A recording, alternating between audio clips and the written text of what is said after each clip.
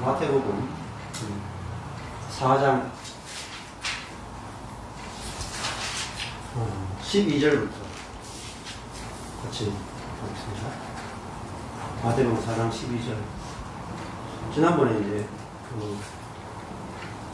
산상수훈에 대해 전체적인 거 한번 살펴봤죠. 근데 그 전에 앞에 부분을 아직 못 살펴봐서 12절에서 끝절까지 하겠습니다. 그 앞에 4장 1절에서 11절까지는 예수님이 시험 받으신 장면이 나오죠.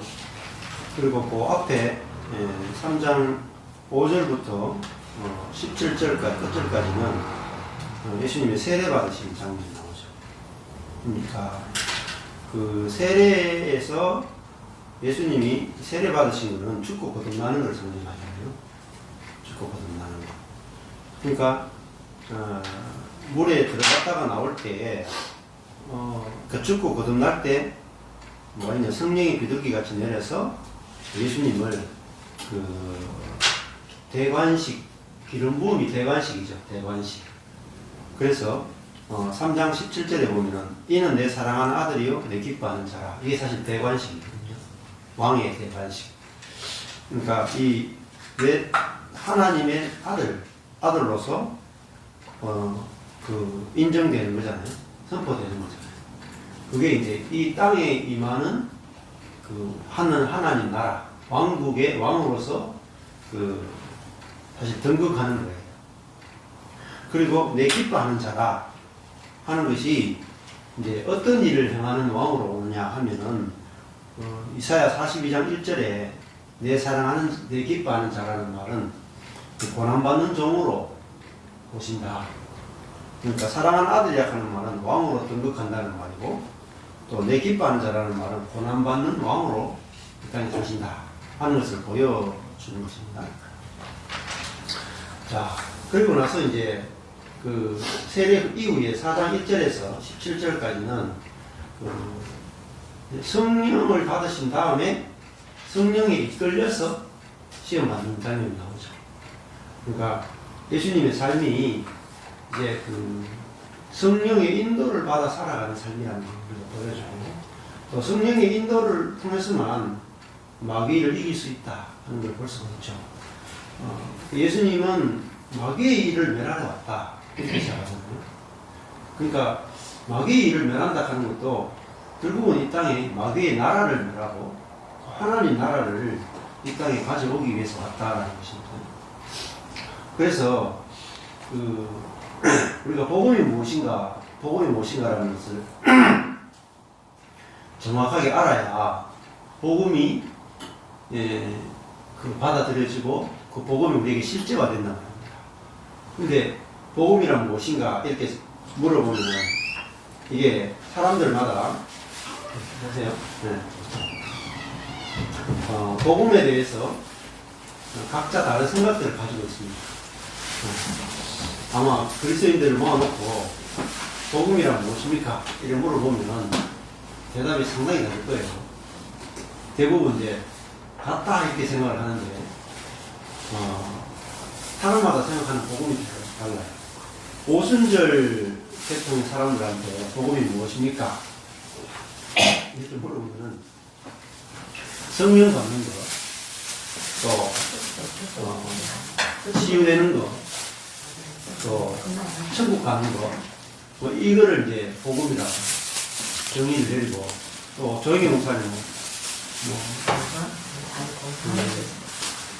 삼중 축복, 삼중 축복을 복음이라 내 영혼이 잘된 같이 내가 범사에 잘 되고 강건하게 행한다. 이걸 이제 순복음의 복음이잖아요. 근데 우리 장로교 계통에서 복음은 뭐냐? 왜냐면 예수 믿고 예수 전담 불신지요. 이게 복음이야. 다르죠? 네. 그러니까 장로교는 사실 오직 천당 가는 게 복음이에요. 죽어서 천당 가는 게 복음. 근데 순복음은 천당 가는 거 더하기 육신의 건강 더하기 현세의 축복. 현세의 축복까지도 복음에 들어갑니다. 그래서 복음이란 무엇인가라고 하는 이 질문 하나에 답하는 것도 학자마다 굉장히 다르고 교단마다 다릅니다. 또 성경을 보는 사람마다 달라요. 그래서 마태복음은 마태가 전하는 복음이죠. 마가복음은 마가가 전하는 복음이고, 누가복음은 누가가 전하는 복음이고, 요한복음은 요한이 전하는 복음이에요.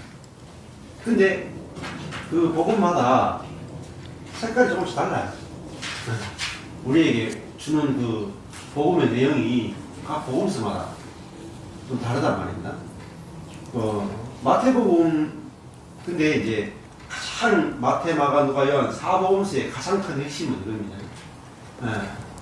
그 왕선포,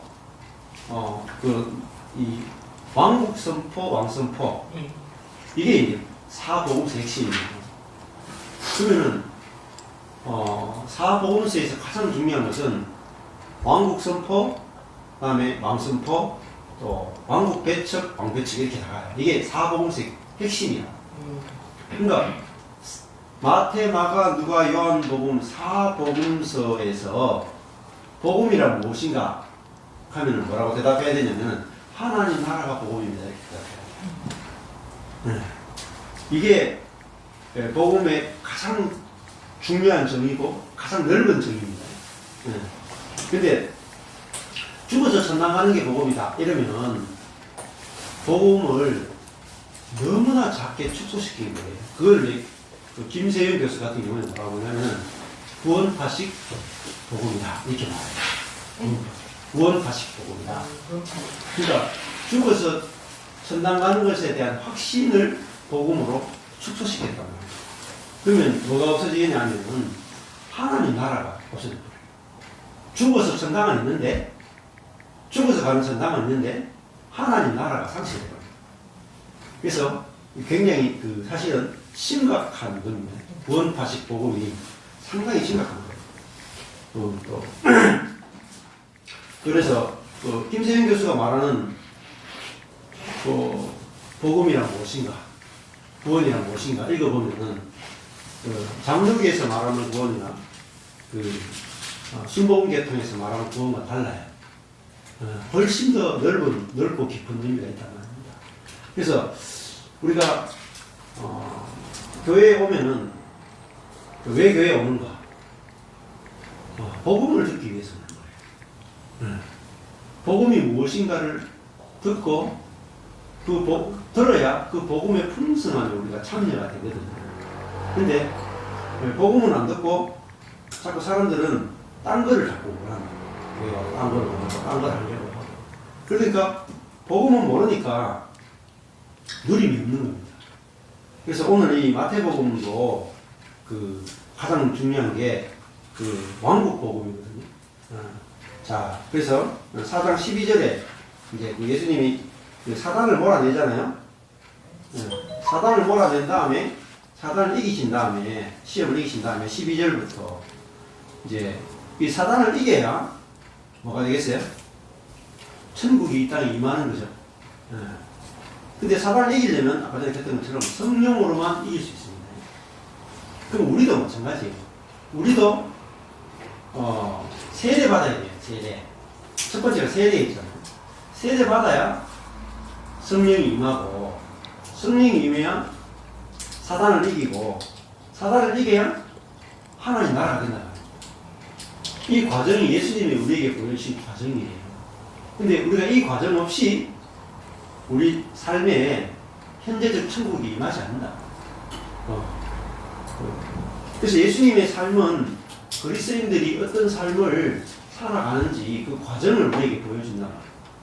그 세례가 뭐겠어요? 세례가 마태복음에서 세례는 계층 구조를 보면은 이 3장 5절부터 마태복음 3장 5절부터 17절까지가 세례거든요.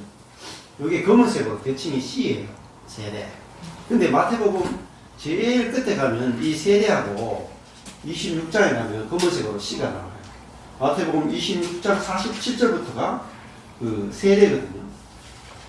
검은색 C 세례. 그 세례가 뭐냐면 예수님 십자가 갔다. 28장 15절까지요. 법문식으로 시에 예수님 십자가의 죽으심이 뭐냐면 세례입니다. 그러니까 예수님이 요단강에서 세례 받으시는 앞부분에 3장에 하고 그 26장에 십자가에 못 박히시는 거하고 같이 대칭을 이루고 있단 말입니다. 그러면은 그 우리도 그리스도인들도 세례 받잖아요. 그 세례는 뭘 의미하냐면은 십자가를 의미해요. 죽음. 물에 들어가는 건 죽음이고 물에서 나오는 것은 부활을 설명합니다. 그러니까 우리가 우리의 천연적인 사람, 그 자아입니다. 자아. 그걸 내가 자아라 그러니까 사람들이 좀 성경에 자아가 어디 있냐 이렇게. 그 옛사람입니다. 옛사람. 옛사람이 뭐죠? 물에 들어간다는 말은 죽음을 상징해요. 죽고 물에서 나오는 거죠. 죽었으니까 죽은 사람이 나오겠어요? 그렇죠. 죽은 자가 나올 수 없죠. 죽었으니까 새 것이 나오는 거예요. 새 것이 나오는 거예요. 이전 것은 지나갔으니까 새 것이 되었다. 그러니까 우리가 세례 자체가 옛 것이 죽고 새 것으로 산다는 거잖아요. 그러니까 그리스도인은 이 땅에서부터 새 것으로 사는 겁니다. 그래야 뭐 새 것이 돼야 뭐가 됩니까? 성령이 임하는 거예요. 성령이. 성령으로 사는 것이 새 것으로 사는 거잖아요. 그럴 때 뭐를 이겨요? 마귀의 시험을 이길 수가 있습니다. 성령으로 살 때. 자, 그 순서가 너무너무 중요합니다. 자, 그 다음에, 신학자들이, 제가 저번에도 말씀드렸는데, 신학자들이, 세계적 신학자들이 고민했던 굉장히 크고 중요한 주제가 뭐냐면은, 예수님은 하나님의 나라를 선포했다. 그런데, 바울은 왜 구원을 선포했는가? 이게 신학자들의 세계적인 주제입니다. 그래서 어디를 갔느냐? 바울은 예수의 복음을 왜곡시켰다. 이게 자유주의 신학자들의 공통되는 의견이었어요. 근데 이걸 읽으면은 맞는 것처럼 느껴져요. 그래서 바울을 뭐라고 표현하면 기독교를 왜곡시킨 사람이다. 이렇게 신학교에서 배웁니다. 양신에 가도 배워야 되는 기본적으로 배워요. 근데 김세희 교수는 이 두 가지를 연결시켜요. 세계의 신학자들은 이걸 다르다고 말하는데 이걸 같다라는 걸 증명을 해내야 되잖아요. 우리가 같다 해가지고 안 되거든요. 그러니까 하나님의 나라가 그럼 뭐예요? 바울에게는 구원입니다. 구원이 뭐죠? 하나님 나라예요. 근데 이 두 가지가 같다라는 것을 모르면은 바울이 말하는 구원의 의미를 뭐죠? 죽어서 천당 가는 의미로 축소시켜 버리잖아요. 그러니까 바울이 말하는 구원의 의미를 죽어서 천당 가는 의미로 축소시켜 버렸으니까 예수의 복음하고 바울의 복음은 뭐죠? 일치가 안 되는 거예요. 네, 만약에 우리가 구원을 예수 천당 불신지옥으로 축소시켜 버리면은 어떻게 되냐면 바울이 예수님의 복음을 왜곡시킨 사람으로 됩니다. 심각한 문제가 발생하는 거예요. 네, 그래서 성경에서 우리가 사복음서는 철저하게 예수님은 구원을 이야기하지만 예수님이 말하는 구원은 하나님 나라에 들어감입니다. 하나님 나라에 들어감. 그걸 구원이라고 해요.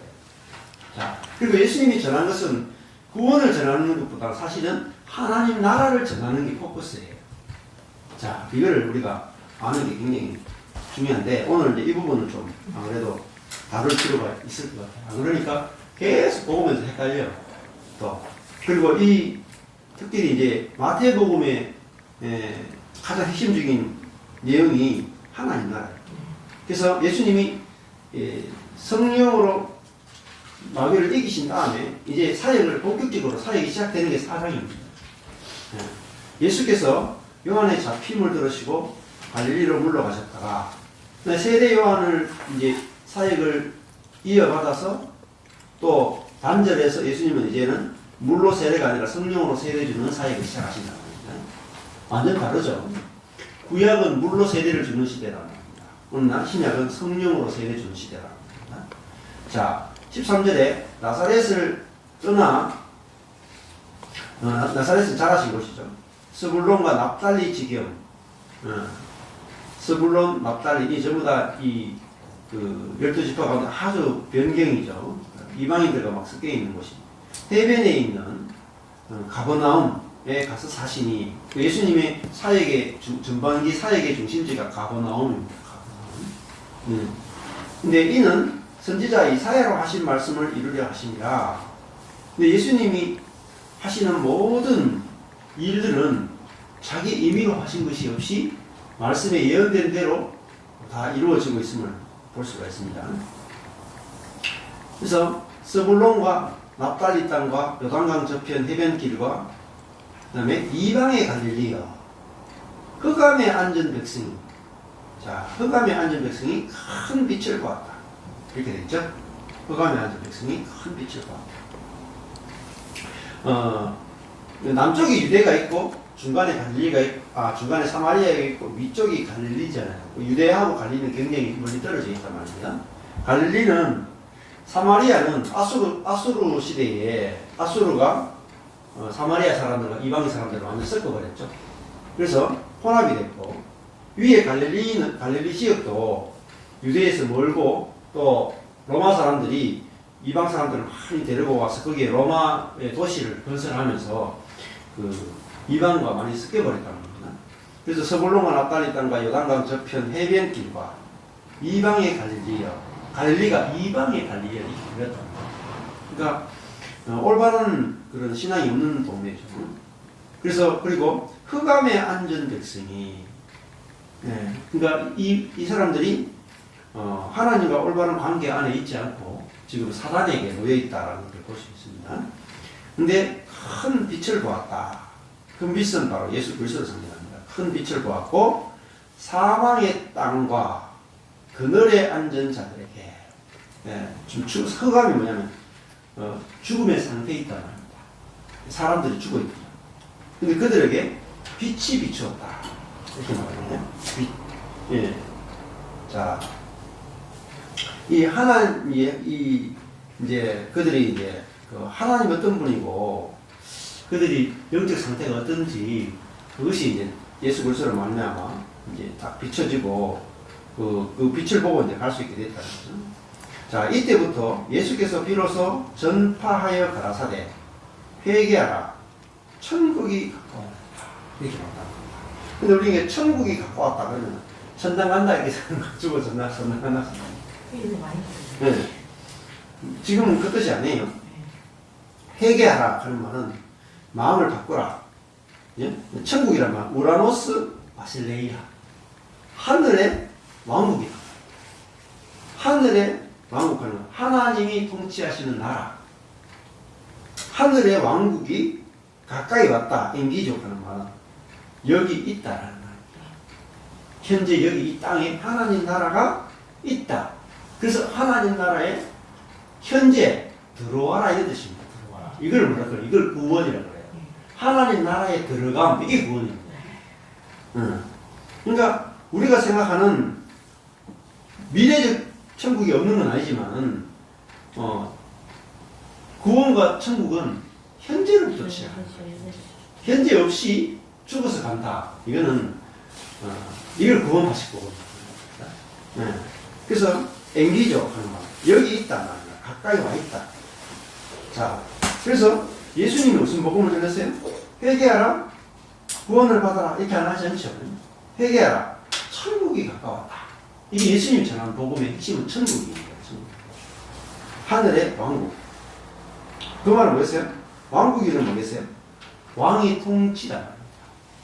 하나님의 통치가 임했다라는 겁니다. 임했다. 그러니까 그러면은 구약 때는 뭐예요? 구약 때는 하나님의 통치가 있었지만 그림자에 불과했던 겁니다. 근데 예수님이 오심으로 말미암은 뭐죠? 하나님의 통치가 이 땅에 실제적으로 임했다는 거예요. 그럼 뭐죠? 우리가 그 통치를 받고 살아갈 수 있는 그 시대가 됐다는 말입니다. 이건 아주 이제 놀라운 거죠. 그래서 하나님의 나라가 실제로 임하면 어떤 일이 벌어지겠어요? 사단의 나라를 이긴다. 왜냐하면 구약 때는 하나님의 나라가 사단의 나라에게 졌다. 이게 구약의 결론이에요. 애굽에 노예되었던 하나님 나라가 애굽에 노예되어 있었죠. 그 하나님 나라를 애굽에서 건져냈죠. 가나안을 몰아내고 하나님 나라를 다윗과 솔로몬 시대에 건축했죠. 그 땅이 만들어졌죠. 근데 다윗과 솔로몬에 의해서 건축된 하나님 나라는 다윗 안에서의 부패, 가늠과 살인, 솔로몬 안에서의 우상 숭배로 본인들 속에 문제가 있다. 하나님 나라가 되려면은 사람이 사단을 이길 수 있어야 돼요. 근데 다윗과 솔로몬이 사단의 시험을 이기지 못하는 사람이었단 말입니다. 누구요? 왕이. 네. 그 하나님 나라에 하나님을 대리해서 다스리는 다윗과 솔로몬이 사단을 이길 수 없는 자들이다. 그러니까 이 땅에 하나님 나라가 온전히 임할 수 없죠. 사단에게 지는데 어떻게 임합니까? 자, 하나님 나라가 임한다는 말은 사단을 이긴다는 걸 말해요. 구약 때는, 그러니까 다른 말로 하면 구약 때는 하나님 나라가 임하지 못한 거예요. 제대로. 왜? 사단을 이기지 못하니까. 사단을 이기지 못하는 게 뭐예요? 사단의 나라. 사단을 이기지 못한다는 말은 사단의 지배를 받는 거예요. 그 예수님이 오셔가지고 지금 제일 먼저 하시는 게 뭐예요? 사단을 이겨놓고, 그죠? 사장에서 사단을 이겨놓고 하나님 나라가 왔다 선포하잖아요. 그러니까 사단을 못 이기고 하나님 나라가 왔다 하면 안 돼. 그 구약의 하나님 나라하고 신약의 하나님 나라는 어마어마하게 다른 겁니다. 어마무시하게 다른 거예요. 근데 구약부터 성경을 푸는 분이 신약 시대 이해를 못해요. 네. 이게 불연속성이거든요. 구약과 신약은 연속성도 있지만 불연속성 하면 구약 시대에는 그림자에 불과했고 신약 시대는 실제의 시대라고 합니다. 예언이 실제가 된 시대. 네. 자, 이 예수님이 전한 이 천국 복음이 거의 지금 전 세계 교회 가운데도 거의 이해가 안 되고 있다. 복음 자체가 너무나 축소돼요. 그래서 답답해서 쓴 책이 김세현 교수의 복음이라는 것이 답답해서 쓴 책이. 제가 저번에 말씀드렸죠. 김세인이라고 하는 세계적 신학자가 한국에 책을 냈는데 첫 번째 책이 구원이란 무엇인가. 너무 웃기잖아요. 세계적 신학자가 구원이란 무엇인가라는 책을 쓰내고 그 다음에 전 책들이 복음이란 무엇인가 이런 책. 제목 자체가 너무 수준 낮잖아요. 안 그래요? 너무나 이 초등학교 수준의 제목이잖아요. 구원이란 무엇인가 복음이란 무엇인가. 근데 읽어보면은 읽고도 못 알아채요. 네. 김세인 교수의 구원이란 무엇인가 복음이란 무엇인가 책 읽고 이해했다는 분은 제가 아직까지 만나본 적이 없어요. 왜냐하면 우리는 이미 구원을 알고 있어요. 이미 선지식으로 이미 복음을 알고 있어요. 그러니까 김세인 교수의 책 읽어도 내가 알고 있는 구원, 내가 알고 있는 복음을 가지고 보기 때문에 안 보여요. 그래서 내가 알고 있는 구원이라는 개념이 진짜 성경적 개념인지를 물어보세요. 진짜일까? 물어보셔야 돼요. 내가 알고 있는 복음이라는 개념이 진짜일까? 내가 알고 있는 천국이라는 개념이 진짜 성경적일까? 내가 알고 있는 믿음이라는 개념이 진짜 성경적일까? 질문해 보셔야 돼요. 아니라는 거예요. 아닌 부분이 너무 많아요. 그래서 마태복음 오늘 또 예수님이 회개하라. 천국이 가까웠다. 그 회개는 뭘 위해서요? 천국에 들어가기 위해서다. 그 천국은 결국은 하나님의 실제적인 다스림이라는 겁니다. 그러면 내가 구원받았다라는 것은 뭘 의미하겠어요? 하나님의 실제적인 통치가 나타남입니다. 하나님의 실제적 통치가 나타나면 구원받은 게 아니에요. 비구원 상태입니다. 안 그래요? 하나님의 통치가 임했다 하는데 하나님의 통치가 안 나타난다. 통치를 못 받고 있는 거죠. 우리가 미국이라고 하는 나라의 시민권을 가졌다 하면은 미국의 통치가 미치는 범위, 그리고 내가 미국 사람이라면은 그런 말 많이 하잖아요. 우크라이나에 미국 사람 한 사람은 있어도 미국은 비행기를 보냈는데, 전투기를 보냈는데, 헬기를 보냈는데 그 사람을 건져낸다, 항공모함을 보내서 건져낸다, 그렇게 하잖아요. 그게 뭐죠? 그게 미국이잖아요. 미국이 실제로 존재하잖아요. 존재하니까 실제로 그 통치가 나타남이잖아요. 그러면 하나님 나라가 이 땅에 임했다라는 건 뭐겠어요? 하나님의 통치가 실제로 미치는 범위가 하나님의 나라예요. 그러면 하나님의 통치가 미치지 못한다. 그럼 뭐예요? 하나님 나라 없는 거예요. 없는 거예요. 자, 그러니까 하나님 나라가 임했다는 것은 우리에게 어떤 소식이죠? 무지 깊은 소식이죠. 그래서 복음이라고 하는 거예요. 그러니까 사단의 통치를 받던 자들이 이제는 하나님의 통치를 받으며 살 수 있게 되었다. 이걸 복음이라고 해요. 그러니까 흑암에 앉은 백성이, 그죠? 사망의 땅과 그늘에 앉은 자들에게, 이게 뭐겠어요? 사단의 통치 아래 있던 자들이 큰 빛을 보았고 빛이 비추었다. 이게 뭐겠어요? 하나님 나라에 들어가게 됐다는 겁니다. 자, 이 하나님 나라의 복음, 이걸 또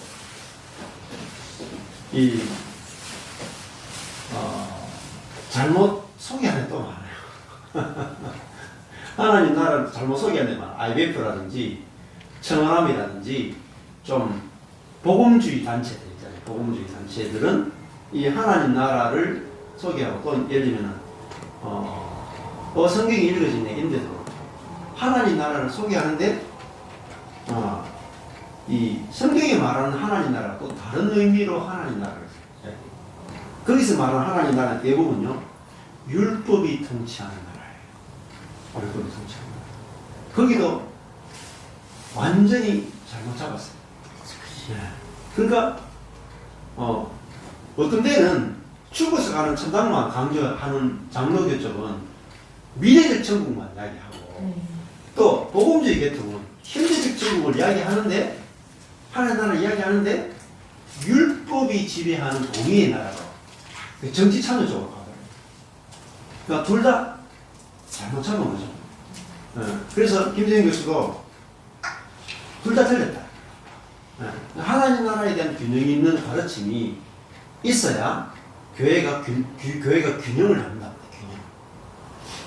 밸런스를 잡는 거죠. 그래서 오늘 그 부분 좀 살펴볼 텐데, 자, 예수님이 제일 먼저 하신 말이 중요하지 않겠습니까? 네? 어떤 사람이 제일 먼저 내뱉는 말이 중요하잖아요. 예수님이 공생에서 제일 먼저 내뱉은 말씀이 회개하라, 천국이 임했다라는 겁니다. 이게 예수님이 하시려고 하는 모든 말씀을 한마디로 축약한 거예요. 회개하라, 천국이 임했다. 가까이 갔다. 자, 4장 18절을 보시면, 갈릴리 해변에 다니시다가 두 형제, 곧 베드로라 하는 시몬과 그 형제 안드레. 자, 천국은 왕이 있고 또 왕의 통치가 미치는 범위, 땅이 있고, 그다음 또 뭐가 있어요? 통치받는 백성이 있어야 되겠죠. 그 지금 이제 18절부터는 백성을 모집하는 거예요. 천국 백성을 지금 부르시는 장면이에요. 그냥 제자 부른다, 이게 아니고 여기는 천국 백성을 부르시는 거예요. 천국 백성. 하나님의 통치를 받는 천국 백성을 모집하는 거예요. 18절에 갈릴리 해변에 다니시다가 두 형제, 곧 베드로라 하는 시몬과, 시몬은 이제 신몬, 더름이라는 뜻이고, 베드로는 페트로스, 돌, 반석, 바위 이런 뜻입니다. 그 형제 안드레는 남자다운 이런 뜻입니다. 그 형제 안드레, 베드로와 안드레가 바다에 금을 던지는 걸 뜻이죠. 바다라는 것은 사실은 사망이잖아요. 사망. 근데 그 바다에서 나는 것들을 가지고 살고 있는 상태, 그게 바로 베드로와 안드레의 상태라는 겁니다. 사망을 가지고 먹고 살아가고 있는 그런 상태라는 바다에 검을 던지는 것을 보셨습니다. 저희는 어부라 말씀하시되 나를 따라오너라 이렇게 되어 있죠. 나를 따라오너라. 내가 너희로 사람을 낚는 어부가 되게 하리라 이렇게 되어 있어요. 그 사람을 낚는 어부. 그러니까 바다에서 죽음의 바다에서 물고기를 잡는 사람을 부르는데 천국 백성은 어떤 백성이냐면은 사람을 낚는 사람이 있는 거예요. 사람을 낚는 사람. 그러니까 천국 백성을 모으는 사람. 이게 바로 천국 백성이죠. 우리가. 그래서 천국으로 들어오게 해야 되는 거거든요. 우리가 세상을 천국으로 변화시키는 게 아니, 천국으로 들어오게, 이미 있는 이 천국에 사람들이 들어가는 겁니다. 이게 천국의 개념이에요. 근데 이제 어떤 복음주의 계통에서는 세상을 율법으로 세상을 변화시키려고 한단 말입니다. 그 세상과 천국은 다른 거예요. 세상은 사단에게 속한 나라고 천국은 하나님의 통치를 받는 땅이란 말입니다. 그래서 천국으로 들어와야 되는 거지 세상을 변화시키는 게 아니라. 자, 이러면은 말이 안 돼요. 왜냐면 세상은 뭡니까? 세상은 육이 통치하는 것이고 천국은 성령이 통치하시는 거예요. 그러니까 성령이 통치하지 않으면 천국이 안 된다는 거예요. 자, 그래서 저희가 20절에 보면은 저희가 곧 거물을 버려두고 예수를 쫓으니라 이렇게 되죠. 자, 그 다음에 또 21절 가보면 거기서 더 가시다가 다른 두 형제 곧 세베대의 아들 야고보와 그 형제 요한이 그 부친 세베대와 한 가지로 배에서 검을 깁는 것을 보시고 부르셨다. 여기 보면은 제일 먼저 부르는 네 명이 다 어부죠. 그 형제들, 둘둘 있는 형제들을 부르시고, 그러니까 가장 중요한 게 이제 이 갈릴리 어부들이잖아요. 정말 이거 별로 경건함도 없고, 그죠? 바리새인이나 서기관이나 유대 사람도 아니고 정말 뭐 경건함이 없는 그냥 어부 출신, 배운 것도 없는 이런 어부 출신이죠. 자, 그런데 배에서 검을 깁는 것을 보시고 부르시니 이렇게 되어 있잖아요. 자, 그러니까 베드로와 안드레, 야고보와 요한이 헌신했다 아니죠. 자기들이 하나님이라는 본인들이 스스로 자발적으로 천국에 들어오는 게 아니고 주님이 부르신다. 부르신 자만이 부름받은 자만이 부르신다. 그러니까 주체가 하나님이에요. 주체가. 그래서 이거를 그 모병제냐 징병제냐. 모병제는 내가 헌신하는 거고 징병은 나라에서 징집해버리는 거잖아요. 그 천국은 징병제와 같다 이렇게 표현하는 겁니다. 그러니까 하나님이 부르셨어요. 그러니까 하나님이 불러야 이게 부름받은 사람은 자기 목적이 없는 겁니다. 자기 목적이. 부르다 하는 말이 칼레오인데 칼레오는 이름을 붙이다라는 뜻도 있어요. 이름을 붙이다. 그러니까 그 사람에게 이름을 다 붙여주는 겁니다. 그러니까 시몬에게 베드로 이름을 다 붙이잖아요. 이름 이게 부른다라는 게 이름을 붙이는 것 똑같아. 그러니까 이 사람을 낚는 어부가 되게 하겠다 하는 게 뭐냐면 용도를 바꾸는 거예요. 용도를 변경하는 거예요. 여기 있는 네 명은 전부 다 자기들의 인생의 목적은 자기 인생의 용도는 물고기를 낚는 거예요. 그런데 예수님이 그들을 불러가지고는 하나님의 용도로 바꾸는 거예요. 하나님의 용도. 그거는 사람을 낚는 사람을 만드는 거죠. 그러니까 부르면은 부르신 분의 목적이 있다.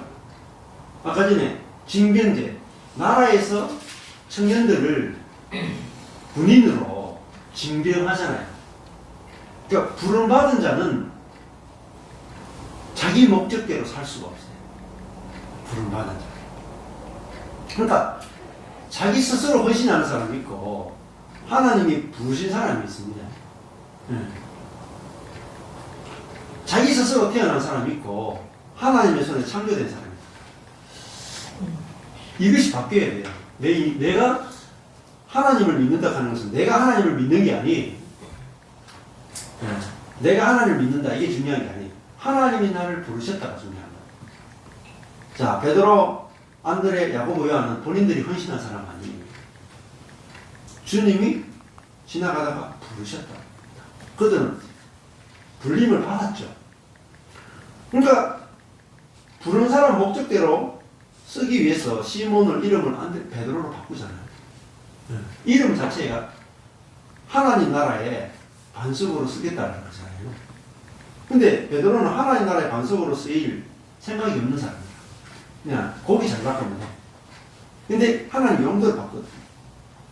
우리도 예수를 믿게 되는 것, 주님의 부르심을 받는 것은 내 인생의 용도가 바뀌는 거예요. 내 목적과 내 용도와 내 계획과 내 뜻이 비틀어지는 거예요. 얘들은 계속 내가 물고기를 잡는데 예수를 믿으면 물고기를 더 많이 잡기를 원하는 거예요. 안 그래요? 그게 예수를 믿는 인생의 용도였는데 예수를 믿는 것은 예수 믿으면 물고기 더 많이 잡겠다. 그 용도로 예수를 믿는단 말이에요. 근데 예수님은 용도를 바꿔버려요. 너는 물고기 잡는 자로 내가 부른 게 아니고 너는 사람 남는 자로 너를 내가 불렀다. 그러면 어떻게 돼야 돼요? 중요한 것은 물고기 잡는 그 용도가 폐기돼야 돼요. 그게 뭐죠? 여기 보면은 22절에 배와 부친을 버려두고 20절에 저희가 곧 거물을 버려두고 그죠? 먼저는요 버려두는 게 있어요. 우리 인생에 거물, 배, 아버지 다 버려야 되는 거죠. 주를 따라가려면은 먼저는 버려지는 게 있어야 돼요. 이 배, 거물, 부친 모르겠어요? 다 내 목적, 내 인생 이건 아닙니다. 내 뜻. 그 주를 쫓아가는데 거물 들고 따라갈 수 없고 배 끄시고 따라갈 수도 없고 아버지 모시고 갈 수 없단 말입니다. 그러니까 내 용도, 내 계획, 내 목적 가지고 주를 따라갈 수 없어요. 여기서 예수를 20절에 예수를 좇으니라 22절에 예수를 좇으니라 할 때 좇다가요. 이게 이 헬라어로 아콜로데오예요. 아콜로데오. 이게 뭐냐면은 따르다, 함께하다, 동반하다, 동의하다, 순응하다 그런 뜻인데 이 아콜로데오는 아주 전문적인 용어예요. 뭐냐면은 제자가 된다는 거예요. 제자로 부른다는 거예요. 제자로 부른다는 것은 뭐냐면은 다른 모든 관계를 끊고 오직 예수만 스승으로 따른다는 거예요. 오직 모든 관계를 끊고 예수 한 분만을 내가 스승으로, 선생으로 따라가고 그분의 삶을 그대로 모방한다는 거예요. 스승과 제자 관계는 뭐냐면 제자는 스승의 삶을 100% 모방하는 거예요. 100% 모방. 그게 제자예요. 스승의 것을 그대로 받아가지고 스승과 똑같이 사는 거예요. 그게 제자예요. 그게 부르심이라는 거예요. 그러니까 예수님이 사신 방식, 예수님이 살았던 모든 것들이 스승과 똑같이 되는 거예요. 이게 제자예요. 스승과 똑같이 되는 거. 예수님이 너희들은 나와 똑같이 될 것이고 나보다 더 큰 일을 한다. 그게 바로 예수를 쫓는 삶이에요. 근데 내가 억지로 쫓는다 이런 뜻이 아니에요. 우리가 부름받은 사람은 내가 쫓는다 이게 중심이 아니고 끌려가는 겁니다. 하나님의 손에 끌려가는 거예요. 끌려가는데 예수가 가신 길을 똑같이 끌려가는 거예요. 똑같이. 동반해서 예수가 죽는 자리에서 우리도 죽고 예수가 부활하는 자리에서 우리가 부활하고 예수님이 하늘 보좌 앉은 자리에서 우리도 앉게 되고 그게 성령 받을 때 우리가 성령 받고 똑같은 삶이 우리에게 재현된다는 거예요. 재현되는 거. 그게 예수를 좇으니라는 말에 들어있단 말이에요. 요한복음에 그 8장 12절에 보면은 마가복음 2장 14절에 보면 그렇게 돼요. 네? 아콜로데이 모이 나를 쫓아라. 나를 쫓아라. 예수님이 나를 쫓아라 이렇게 나를 따라와. 그러면 예수를 따른다는 건 뭐겠습니까? 예수님이 가시는 길을 그대로 가는 거죠.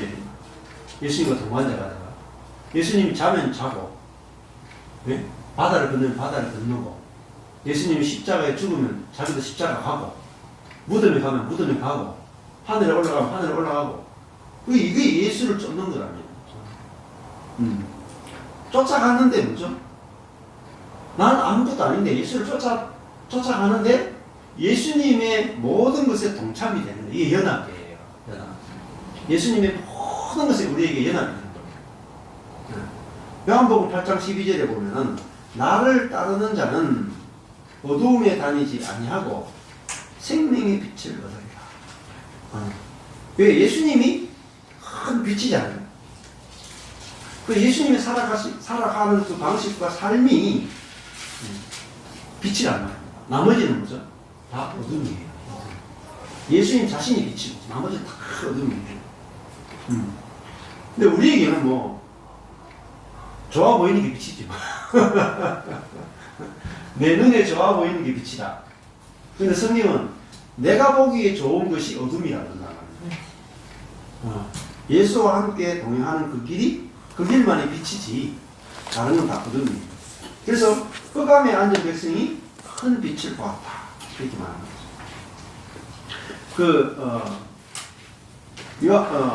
마가복음 8장 34절에 보면은 마가복음 8장 34절에 보면 아무든지 나를 따라오려거든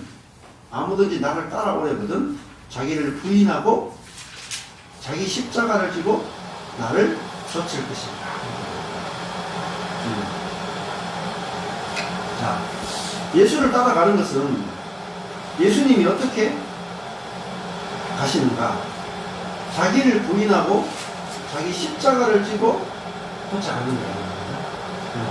근데 예수님이 뭐 선행을 하고 하나님 쫓아가는 게 아니라 선행으로 쫓아가거나 경건으로 쫓아가거나 열심으로 쫓아가는 분이 아니라 예수님은 자기를 부인하고 아버지를 따라가. 자기를 부인하고 아버지를 따라가. 십자가를 지고 아버지를 따라가는 거예요. 십자가는 희생, 헌신, 봉사가 아닙니다.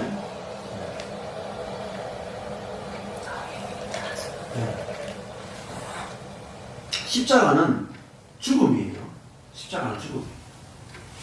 먼저 자기 부인이란 말이에요. 자기 부인은 뭐냐면 내 것은 가짜다 이겁니다. 내 것은 가짜다. 그것이 십자가죠. 그럴 때 주님의 목적이 이루어지는 거죠. 10장 38절 마태복음 10장 38절에 가보면은 나를 좇지 않는 자도 내게 합당하지 않다. 나를 좇지 않는 자도 내게 합당하지 않다. 누가복음 14장 27절에 보면은 나를 좇지 않는 자도 너희 나의 제자가 되지 못한다. 그렇게 말하고 그 다음에 요한계시록 14장 4절에 보면 어린 양이 어디로 인도하든지 따라가는 자다. 그게 천국 백성이다. 하나님 나라 백성은 어린 양이 어디로 인도하든지 따라가는 자다. 네. 그 어린 양이 어디로 가겠어요? 죽으러 가자. 죽으러. 죽고 부활하러 가잖아요. 죽고 부활하러. 죽어야 부활이 있단 말입니다. 죽어야 부활이 있다. 근데 안 죽고 이제 그 부활하러 가잖아요. 근데 어린 양이 어디로 인도하든지 따라가지는 이게 그냥 되겠습니까? 네. 우리가 마태복음 4장 1절에 그때 예수께서 성령에 이끌려 마귀에게 시험을 받으러 갑니다. 네. 그러니까 성령이 이끌리지 않고는 시험 받아 못 가요. 어떻게 40일 동안 제정신으로 40일 동안 금식하겠습니까? 4일도 못 하겠는데 지금. 자, 그래서 예수님을 쫓아가는 것이 예수님의 삶이 우리에게 바로 재현되는 것, 이게 구원입니다. 이게 빛이고. 자, 4장 23절에 가보면 예수께서 온 갈릴리에 두루 다니사 저희 회당에서 가르치셨다. 이렇게 나오죠. 자, 근데 예수님이 회당에서 가르치는 것부터 먼저 시작하죠. 이게 이제 우리 옛날에 1대1 드라마에서나 1대1 제자 양육할 때 이거 암송 구절이거든요. 가르치다, 티칭, 천국 복음을 전파하시다, 프리칭, 고치시다, 힐링, 티칭, 프리칭, 힐링. 이거 진짜 엄청나게 많이 암송했던 구절인데, 예수님이 제일 먼저 했던 게 뭐냐면 가르치는 거예요. 근데 뭘 가르쳤냐? 예? 천국 복음을 가르쳤다. 핵심. 그래서 우리도 가르칠 때 복음을 가르쳐야 되는데 앞에 무슨 복음이 들어가냐면 천국 복음을 가르쳐야 됩니다. 그러면 이게 여기서는 원래는 원어로 바실레이아 유앙겔리온이거든요. 왕국의 기쁜 소식. 이걸 알리셨단 말입니다. 왕국의 기쁜 소식을 알리셨단 말입니다. 그러니까 왕국이 앵기죠. 왔다. 여러분 옆에 있다. 이 기쁜 소식을 가르치는, 이게 전도라는 거예요. 도를 전하는 거예요. 자, 이걸 가르쳤죠. 그러면은 하나님의 통치가 임했다라고 하는 기쁜 소식을 전하는 게 예수님의 복음이었잖아요. 그러면 천국에 임하면 어떤 일이 벌어지겠어요? 하나님의 통치가 임하면 네?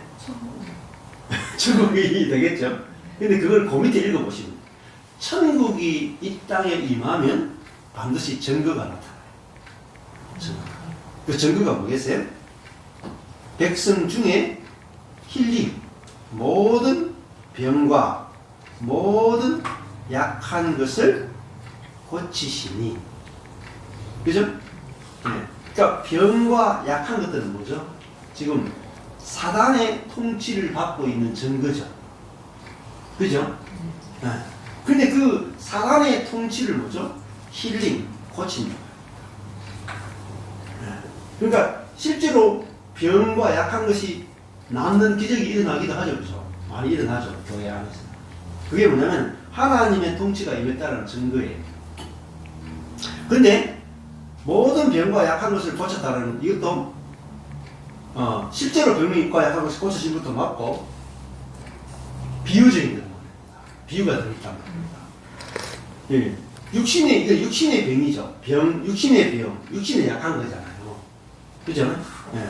이걸 통해서 그 다음에 이것만이 육신의 것만 이제 말하는 게 아니라 24절에 보면 그의 소문이 온 수리아에 퍼진지라. 자, 천국이 실제로 임하면 23절에서는 병과 약한 것들을 고치는 거 나타났죠. 고치시니 뭐가 고쳐졌느냐 보면 사람들이 모든 앓는 자, 모든 앓는 자 하는 것은 모든 악한 자 이렇게 나와요. 악한 자, 앓는 자도 되고 악한 자도 되고, 모든 앓는 자 곧 여러 가지 병과 고통, 이거 괴로움입니다. 바사노스, 괴로움에 모든 병과 괴로움에 그죠? 억압된 자, 포위된 자, 모든 병과 괴로움에 포위된 자, 그 다음에 귀신 들린 자, 간질하는 자는 뭐냐면 미친 자, 백지가인, 발광하는 자, 그 다음에 중풍병자, 이거는 마비되고 불구되고 무력해진 수족이 약한 자들이죠. 그래서 정상적인 기능으로 살지 못하는 사람, 이게 중풍병자잖아요. 근데 이 사람들을 다 데려오니 예수님이 테라피오, 고치시라. 그러니까 비정상적인 사람을 정상적인 사람으로 만드는 것. 이게 뭐냐면, 그래서 하나님의 통치를 받지 못하던 사람, 사단의 통치를 받던 사람들이 실제적으로 하나님의 통치를 받는 사람으로, 정상적인 사람으로 회복되는, 이게 하나님 나라예요. 복음이에요. 이게 어디서 이루어져야 돼요? 이 땅에서. 이 땅에서. 그러니까 하나님의 관심은 어디 있습니까? 여기 이 땅이에요. 여러분 잘 생각하셔야 돼요. 하나님의 관심은 우리가 죽어서 천당에 우리를 결집시키는 게 하나님의 목적이 아니에요.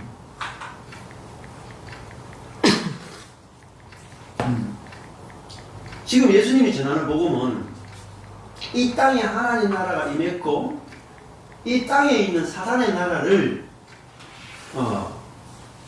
깨부수고 이 땅에서 하나님이 승리하는 거란 말입니다. 이 땅에서.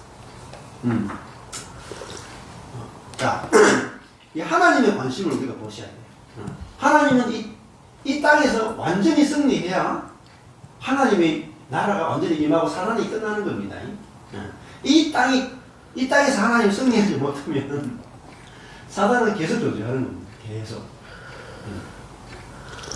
그래서 예수님이 하나님의 나라를 이 땅에 가져왔죠. 그게 주기도문이 뜻이 하늘에서 이루어진 것이 하늘에서 다 이루어졌어요.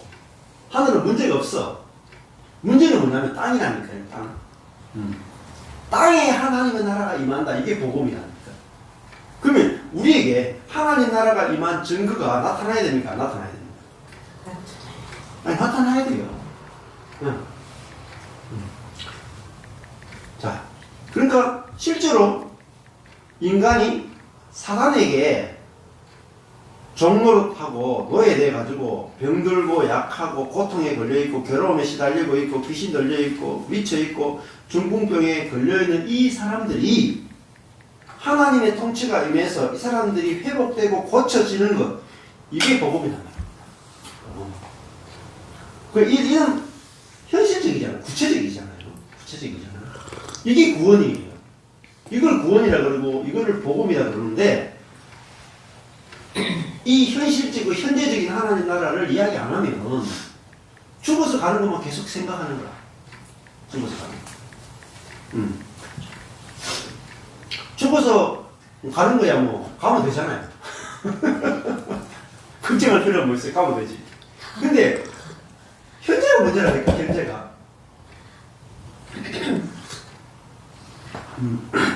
죽어서 가는 것이 근심되는 것들이 자꾸 죽어서 가는 거죠. 네? 나는 죽어서 가는 거 하나도 걱정 안 돼. 지옥 가는 게 더 힘들다니까. 네?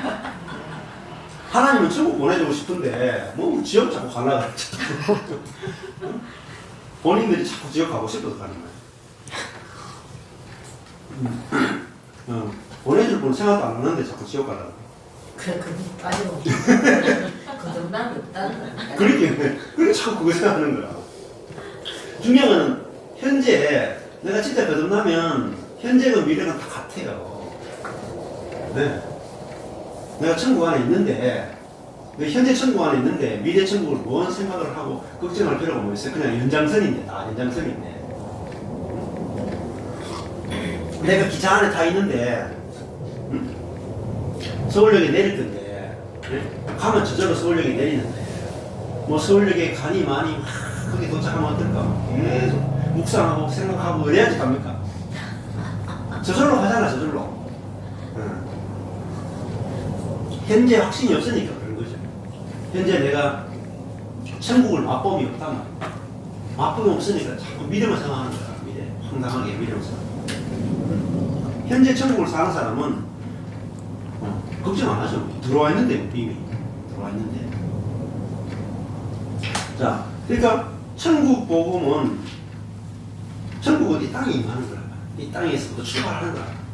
출발 스타트가 여기에요. 예수님 2000년 전부터 천국 이 땅에 임해 있고 스타트가 하나님 나라 이 땅에 와서 출발해가 지금까지 성장하고 자라고 있단 말이에요. 대다시 하나로부터 시작해서 나무가 계속 자랐단 말입니다. 열방이 거기에 새들이 와서 깃들고 자라 있단 말입니다. 자, 그래서 이 땅에 임해 있는 이 천국에 임해 있으니까 뭐가 일어나요?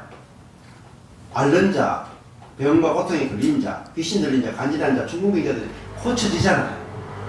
이게 하나님의 통치예요. 그렇잖아요.